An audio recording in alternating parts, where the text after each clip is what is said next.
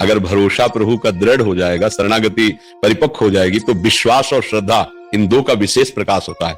और देखो, जैसे अपने पति का अगर वास्तविक भाव से स्वीकृति हो चुकी है, तो 1 मिनट की स्वीकृति से ही पूरे जीवन की स्मृति बदल जाती है। आप ध्यान रखना, जैसे पति है 22 वर्ष की अवस्था का, आपकी 20-21 वर्ष की अवस्था है, और जहां पाणी ग्रहण हुआ और हमारे हृदय में स्वीकृति कि मेरा जीवन का साथी ये, अब उसी रात्रि को अगर स्वप्न आवे उसको और कोई और पुरुष दिखाई दे, तो अस्वीकृति होगी कि मेरा पति है, नहीं मेरा पति होगा।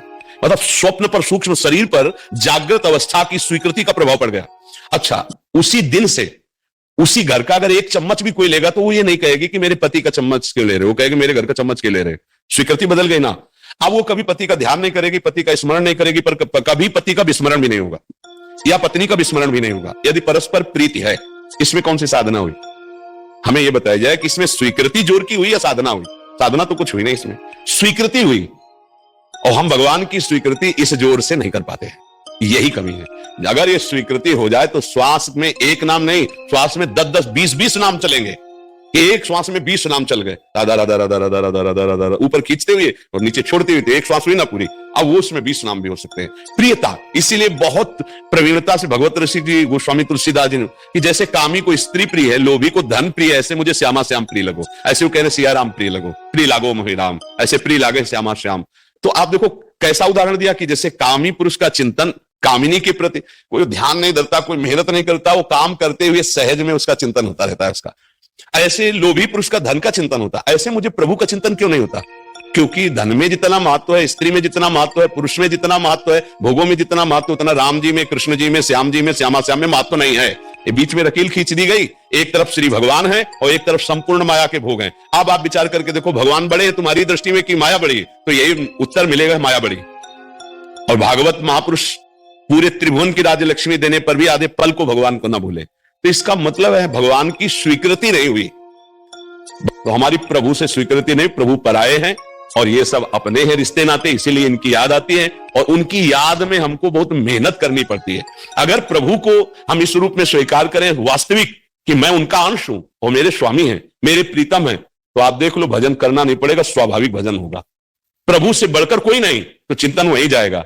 कोई भी भोग आ जाए भगवान को भूल जाएंगे। एक तरफ भगवान और एक तरफ माया, तो सत्य मानो हम भगवान को छोड़े हुए हैं, माया को पकड़े हुए हैं। अगर बीच में होड़ लगा दी जाए कि एक तरफ भगवान एक तरफ माया, तो माया जीत जाएगी, हम लोग माया के पक्ष में चले जाएंगे। एक बार नारायण भगवान से लक्ष्मी जी ने कहा, महाराज वैसे महिमा तो आपकी बहुत है, पर अगर वोट पड़े तो जीतेंगे हम ही, क्योंकि महामाया। तो भगवान ने कहा ऐसा नहीं। तो बोले चलो तुम अपना प्रभाव दिखाओ चल करके। हम अपना प्रभाव दिखाते हैं, पहले आप जाके दिखाओ, भगवान नारायण से कहा। तो भगवान एक महान तेजस्वी संत के रूप में गृहस्थ के यहाँ गए, उसने चरण पखारे, आरती की, बैठाला, प्रसाद पवाया। भगवान को देखकर बड़ा आनंद हुआ क्योंकि संत वेश में थे। अब लक्ष्मी जी एक बुढ़िया के रूप में झोली टांगे गई, बच्चा भोजन पवाओगे? वही तखत में आसन में नारायण बैठे संत वेश में, और बुढ़िया के रूप में वहां लक्ष्मी जी गई। बोला हाँ माता जी पवाए। तो बोले बच्चा हम तो अपने पात्र में पाते हैं। बोले आप पा लीजिए, आपका ऐसा नियम है। निकाला रतन जटित सोने की थाल, गिलास, कटोरी, कटोरा, लोटा जल का, इसमें डाल दे बेटा।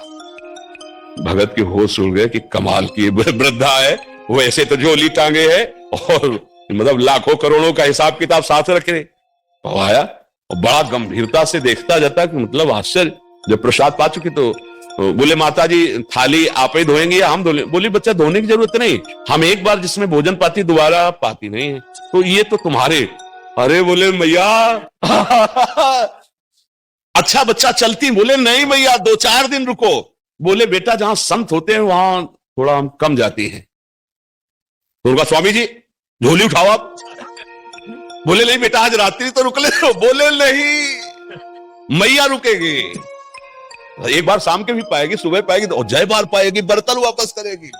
नारायण भगवान से लक्ष्मी जी मुस्कुरा के बोली कहो जा रहे या धक्का लगवाओ? अच्छा अब जब भगवान संत वेश में थे चल दिए तो अंतर ध्यान हो गए, क्योंकि नारायण के बिना लक्ष्मी का प्रभाव तो शक्ति है, वो शक्तिमान है। तो हम ये विनोद की भाषा में दृष्टांत सुनाया कि अगर माया अपना प्रभाव दिखा दे तो भगवान को हम कुछ नहीं मानेंगे। ऐसा प्रभाव माया का है।